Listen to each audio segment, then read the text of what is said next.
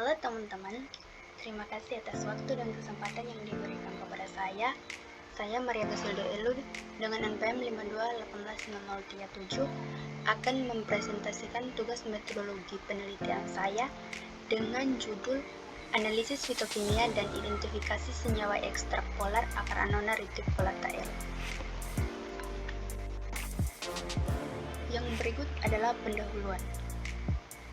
Yang pertama, latar belakang. Indonesia merupakan negara kepulauan yang terletak pada zona khatulistiwa dan memiliki iklim tropis. Iklim tropis inilah yang menyebabkan banyak jenis tumbuhan mampu tumbuh di Indonesia, sehingga negara Indonesia dikenal memiliki hutan hujan tropis yang kaya akan keanekaragaman flora. Jenis tumbuhan yang ditemukan di Indonesia kurang lebih diantaranya adalah tumbuhan obat. Penggunaan tumbuhan obat telah banyak dilakukan oleh masyarakat sebagai salah satu upaya pemanfaatan tumbuhan untuk menanggulangi masalah kesehatan. Tumbuhan obat mengandung bahan aktif penting, terutama dari senyawa metabolit sekunder dengan struktur-struktur yang unik dan bervariasi yang dikembangkan lebih jauh dan meninjau hubungan gugus aktif senyawa dengan reseptor penyakit dalam tubuh. Salah satu tanaman yang digunakan sebagai tanaman obat adalah tumbuhan Annona reticulata L.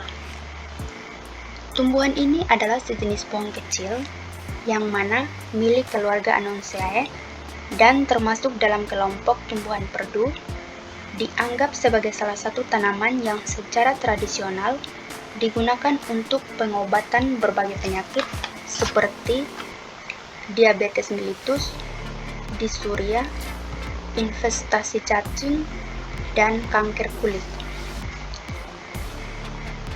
Tumbuhan Annona reticulata L di Indonesia dikenal sebagai tumbuhan Annona atau mulwo, sedangkan di Pulau Timur, khususnya Timur Tengah Utara, dikenal dengan nama Annonce. Secara tradisional, tumbuhan Annona reticulata L digunakan sebagai antiparasit, insektisida, dan anti diare. Nah, tumbuhan Annona reticulata L juga di dalamnya terdapat metabolit sekunder, di mana daunnya itu mengandung metabolit sekunder seperti alkaloid, steroid, flavonoid, tanin, glikosida, fenolik, senyawa asam amino, karbohidrat, dan protein. Kulit batang mengandung tanin, senyawa alkaloid, dan fenolik, sedangkan akarnya mengandung acetogenin, alkaloid, flavonoid, tanin, karbohidrat, dan protein.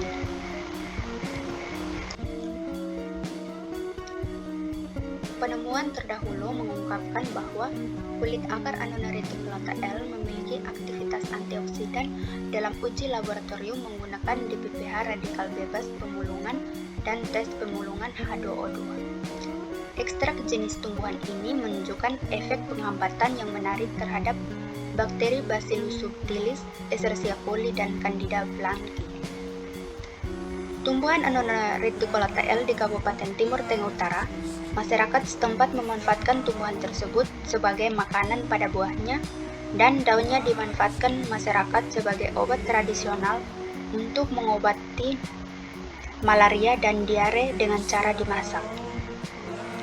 Pemanfaatan tumbuhan Annona reticulata L bagi masyarakat Timur Tengah Utara masih terbatas pada bagian daun dan buahnya. Hal ini dikarenakan keterbatasan pemahaman mengenai kandungan senyawa yang terdapat pada bagian lain dari tumbuhan ini. Berdasarkan hal ini, maka peneliti terdorong untuk melakukan penelitian mengenai analisis fitokimia dan identifikasi senyawa akar tumbuhan Annona reticulata L di Kabupaten Timur Tengah Utara. Yang berikutnya yaitu rumusan masalah, yaitu senyawa metabolit sekunder apa saja yang terkandung di dalam akar tumbuhan Annona reticulata L. Tujuannya yaitu untuk mengetahui kandungan senyawa metabolit sekunder yang ada pada akar tumbuhan Annona reticulata L. Manfaatnya itu Pada penelitian ini, dengan memanfaatkan tumbuhan Annona reticulata L, dapat memberikan pemahaman kepada masyarakat mengenai kandungan senyawa yang terdapat pada bagian akar tumbuhan Annona reticulata L yang juga memiliki banyak manfaat. Maka, berdasarkan hal ini, peneliti terdorong untuk melakukan penelitian mengenai analisis fitokimia dan identifikasi senyawa ekstrak polar akar tumbuhan Annona reticulata L. Yang berikut bab 2 tinjauan pustaka. Yang pertama, habitat. Tumbuhan mulwo atau tumbuhan nona adalah tumbuhan yang tumbuh di benua Amerika, terutama kawasan Amerika Tengah dan Amerika Selatan, dan juga di Asia tropis, di antaranya Thailand, Malaysia, dan Indonesia. Di Indonesia terdapat di berbagai daerah yang umumnya ditanam di pekarangan dan mempunyai tinggi 2-7 meter. Yang berikut adalah klasifikasi tumbuhan Annona reticulata L. Yang pertama itu divisi, yaitu Spermatophyta, subdivisi Angiospermae, kelasnya itu Dicotyledon, bangsanya itu Ranunculales, sukunya itu Anoncea, marganya itu Annona, dan jenisnya itu Annona reticulata L.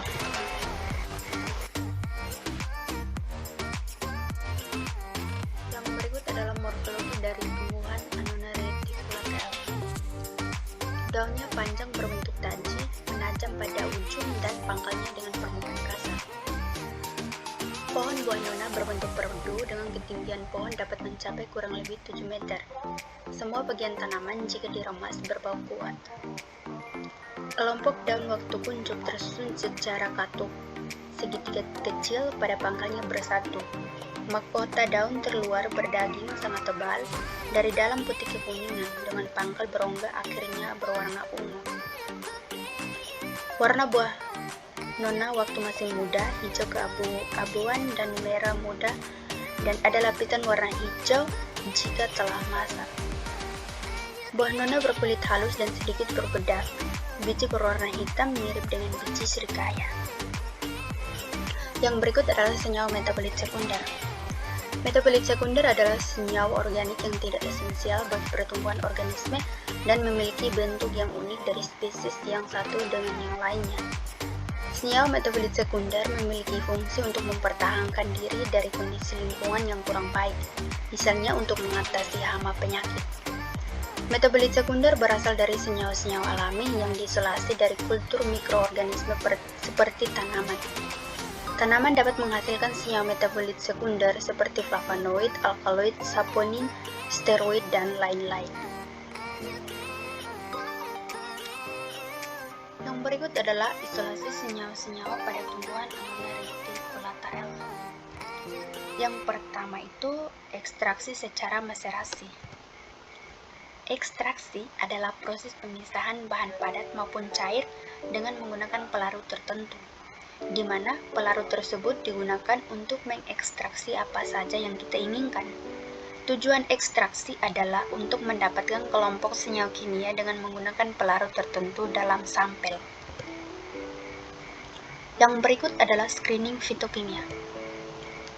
Hasil screening fitokimia menurut Zaman and Pathak pada tahun 2013 menunjukkan bahwa ekstrak metanol daun dan kulit batang tumbuhan Annona reticulata L memiliki kandungan senyawa metabolit sekunder seperti alkaloid, tanin, fenolik, steroid, flavonoid, dan karbohidrat.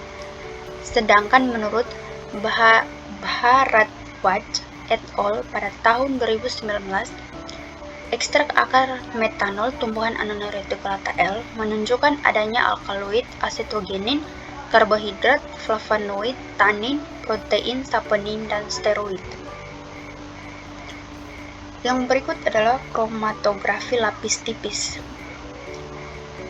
Kromatografi lapis tipis atau KLT adalah suatu metode pemisahan yang dilakukan berdasarkan perbedaan partisi antara fase gerak dan fase diam. Dalam suatu campuran, kromatografi lapis tipis digunakan untuk melihat pola pemisahan senyawa-senyawa yang ada di dalam sampel karena dapat memisah senyawa-senyawa hidrofob hidrofobik seperti lipid dan hidrokarbon.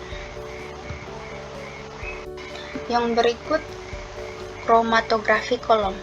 Kromatografi kolom adalah suatu metode yang digunakan untuk pemurnian senyawa organik baik dari fasa cair maupun fasa padat dari campuran dengan memakai kolom.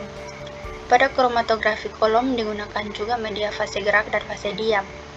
Karena fase gerak dan fase diam dibuat berdasarkan kepolarannya, di mana keduanya dibuat berlawanan seperti fase diam bersifat polar dan fase gerak yang cenderung lebih non-polar. Yang berikut adalah kromatografi cair vakum. Kromatografi cair vakum atau KCV merupakan suatu metode fraksinasi dengan melakukan pemisahan ekstrak kasar menjadi fraksi-fraksi yang lebih sederhana.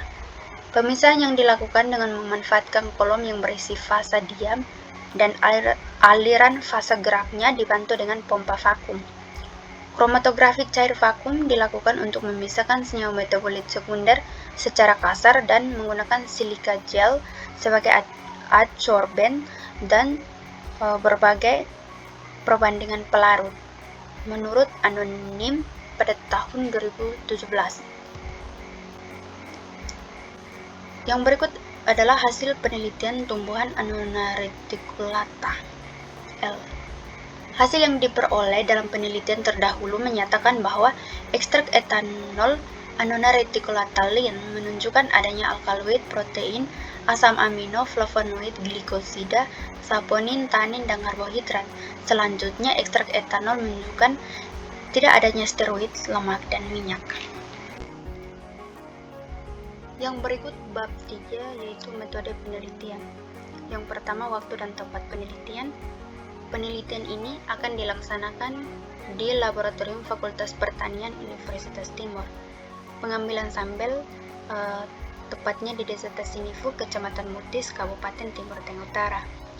Preparasi sampel dan screening fitokimia dilakukan di Laboratorium Fakultas Pertanian Universitas Timor. Yang kedua, peralatan yang digunakan dalam penelitian ini antara lain seperangkat alat gelas seperti Erlenmeyer, tabung reaksi, gelas ukur, pipet tetes, pengadu, kacar loji, pipet kapiler, pinset, spatula, botol vial, bejana penyumbang atau chamber, seperangkat alat maserasi, rotary evaporator, alat pemanas atau hot plate, seperangkat alat kromatografi kolom gravitasi atau KKG, seperangkat alat kromatografi cair vakum atau KCV, dan seperangkat alat kromatografi lapis tipis atau KLT. Yang berikut adalah bahan.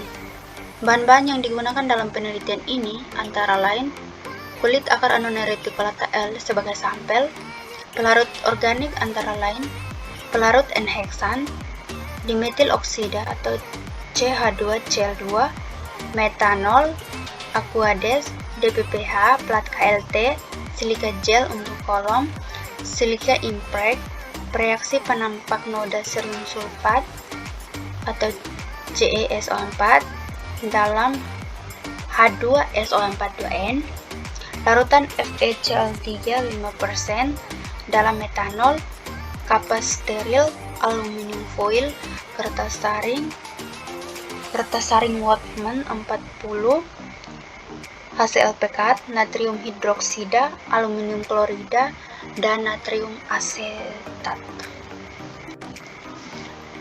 Yang berikut adalah prosedur kerja. Pertama, preparasi sampel. Kulit akar Ad-annonce atau Annona reticulata L diambil dari pohon, kemudian dibersihkan dari kotoran-kotoran yang menempel, lalu dicuci hingga bersih dan ditiriskan. Kemudian, kulit akar bersih selanjutnya ditimbang, kemudian dipotong kecil-kecil, lalu dikeringkan kurang lebih 2 hari dengan cara diangin-anginkan pada suhu kamar hingga kering. Kemudian akar tumbuhan Annona reticulata L yang sudah kering ditimbang dan digiling sampai menjadi serbuk halus. Hasilnya itu serbuk halus kulit akar Ad-annonce atau Annona reticulata L. Yang kedua itu ekstraksi secara maserasi tumbuhan Annona reticulata L. Serbuk halus kulit akar anoner reticulata L sebanyak 500 gram diekstraksi dengan metode maserasi menggunakan pelarut metanol selama 3x24 jam pada suhu ruang. Selanjutnya, dipartisi secara ekstraksi cair-cair dengan pelarut N-heksan, etil asetat, dan air sehingga diperoleh ekstrak N-heksan, etil asetat, air, dan metanol. Selanjutnya, pelarut N-heksan dievaporasi menggunakan rotary evaporator bertekanan rendah sehingga menghasilkan ekstrak pekat dan ditimbang. Yang berikut adalah screening fitokimia ekstrak N-heksan. Yang pertama, uji triterpenoid. Yang pertama, diambil 1 ml sampel ekstrak dimasukkan ke dalam tabung reaksi. Kemudian tambahkan 10 tetes asam asetat anhidrat dan 3 tetes asam sulfat pekat. Kemudian larutan diagitasi secara perlahan dan dibiarkan selama beberapa menit. Lalu perhatikan perubahan warna yang terjadi. Jika terbentuk warna merah dan ungu menandakan positif senyawa triterpenoid. Yang kedua adalah uji tannin. Pertama, masukkan 1 ml sampel ekstrak ke dalam tabung reaksi, kemudian tambahkan 2 ml air panas dan didihkan selama 15 menit lalu disaring. Kemudian tambahkan filtrat dengan 1 ml larutan FeCl3 1%. Kemudian perhatikan perubahan warna yang terjadi. Jika terbentuk warna biru tua dan hijau kehitaman menandakan positif senyawa tannin. Yang ketiga, uji saponin. Pertama, masukkan 0,5 ml sampel ekstrak ke dalam tabung reaksi, kemudian tambahkan air panas. Didinginkan kemudian diagitasi kuat-kuat selama 10 detik. Jika terbentuk buih yang mantap setinggi 1-10 cm, tidak kurang dari 10 menit dan tidak hilang dengan penambahan HCl2 normal, maka menunjukkan adanya saponin. Yang keempat adalah uji fenolik. Yang pertama, masukkan 1 ml sampel ekstrak ke dalam tabung reaksi, kemudian tambahkan larutan NaOH 10%. Kemudian perhatikan perubahan warna yang terjadi. Jika terbentuk warna merah menandakan positif senyawa fenolat atau fenolik. Yang kelima, uji flavonoid. Yang pertama, masukkan 1 ml sampel ekstrak ke dalam tabung reaksi, kemudian tambahkan 0,5 ml asam klorida pekat atau HCl dan 3-4 pita logam Mg, lalu diagitasi perlahan. Kemudian perhatikan warna yang terjadi. Jika terbentuk warna merah jingga atau ungu, menandakan positif senyawa flavonoid. Yang keenam adalah uji alkaloid. Bahan tumbuhan sebanyak 5-10 gram diekstraksi dengan kloroform beramonia lalu disaring. Masukkan 0,5-1 ml asam sulfat 2 normal dan diagitasi sampai terbentuk 2 lapisan. Lapisan asam atau lapisan atas dipipet dan dimasukkan pada 3 tabung reaksi. Kemudian tabung reaksi pertama ditambahkan 2 tetes bereaksi Maillard. Kemudian tabung kedua ditambahkan 2 tetes bereaksi Wagner. Tabung ketiga dimasukkan atau ditambahkan 2 tetes bereaksi Dragendorff. Alkaloid dikatakan positif apabila terjadi endapan putih pada tabung reaksi pertama dan timbul endapan berwarna coklat kemerahan pada tabung reaksi ketiga. Yang ketujuh, uji steroid. Diambil 1 ml sampel ekstrak dimasukkan ke dalam tabung reaksi. Kemudian ditambahkan 10 tetes asam asetat anhidrat dan 3 tetes asam sulfat pekat. Kemudian diagitasi larutan secara perlahan dan dibiarkan selama beberapa menit. Kemudian perhatikan perubahan warna yang terjadi. Jika terbentuk warna biru atau hijau positif senyawa steroid. Yang berikut adalah uji aktivitas antioksidan. Uji aktivitas antioksidan dilakukan menggunakan ekstrak N-heksan dengan konsentrasi 100 ppm. Kemudian dari larutan ekstrak N-heksan diencerkan menjadi konsentrasi 10 ppm. Selanjutnya hasil pengenceran diambil 1 ml untuk larutan uji, lalu ditambahkan etanol dan buffer asetat 0,1 molar, pH-nya 5,5 sebanyak 50 ml.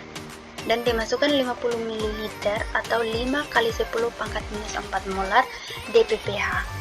Campuran dikocok menggunakan vortex dalam ruang gelap dan ditunggu sampai dengan 30 menit. Kemudian diukur absorbansinya dengan spektrometer UV vis pada panjang gelombang 517 nanometer. Aktivitas antioksidan dihitung sebagai persen inhibisi dengan rumus sebagai berikut. Persen inhibisi sama dengan 1 kurang absorbansi sampel per absorbansi kontrol kali 100. Sekian hasil presentasi dari saya. Terima kasih.